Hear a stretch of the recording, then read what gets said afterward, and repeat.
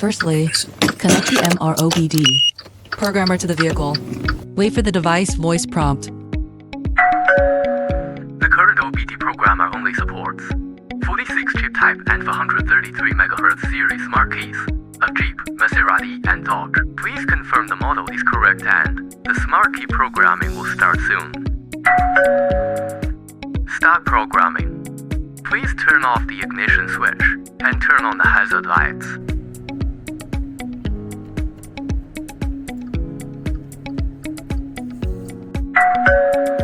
Only keep one smart key that needs to be programmed in the car and take other keys out of the car.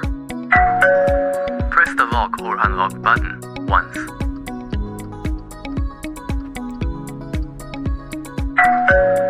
Programming is successful. If you need to continue programming the key, please replug in the OBD programmer to reprogram. Otherwise, please unplug the OBD programmer. Programming is successful. We try to test the key function. Lock. Unlock. Passive entry test.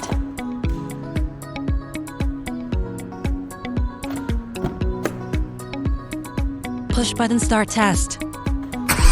All key functions are working properly.